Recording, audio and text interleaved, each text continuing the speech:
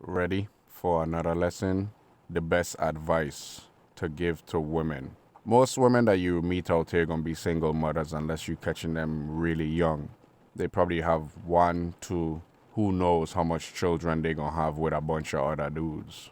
And most of the time, as I already tell you, gentlemen or whoever listening within earshot, don't waste your time with these women. You never will be number one. It's impossible. So, what do you tell these women if they want to mess with you? The best thing you could tell them is, one, you ain't qualified for this ride. And two, you better go back to one of the dudes or the dude that you have children with. Because ain't nothing waiting for you out here. The dating market changed over the years and it's gotten more brutal. It's blood sport out here. Because they competing for high quality men. Men that they know they don't qualify for. Men that they know have other options, and the last thing he needs to choose is your dusty ass with a bunch of children from multiple dude. But no, you can't tell them go back to the baby father or something because, he was a a-hole and stuff and he was a bum and he was a schmuck. But yet you decide to go have this man children. Multiple children. When you listen to a lot of women talk and you could read between the lines, listen to what they say, but believe what they do. And they just do a bunch of bullshit. They just do a bunch of illogical stuff that make you scratch your head, but we already know women ain't logical. They go on feelings, emotions. As I tell this chick, of course she's not in shape, like majority of the women you meet.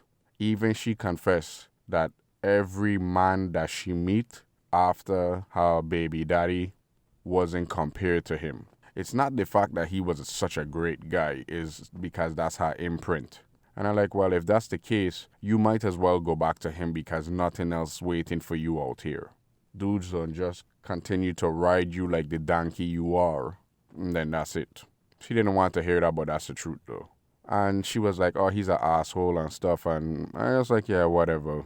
Yeah, women always lie. Let me hear his story. His side of the story. And then you'll probably hear the truth.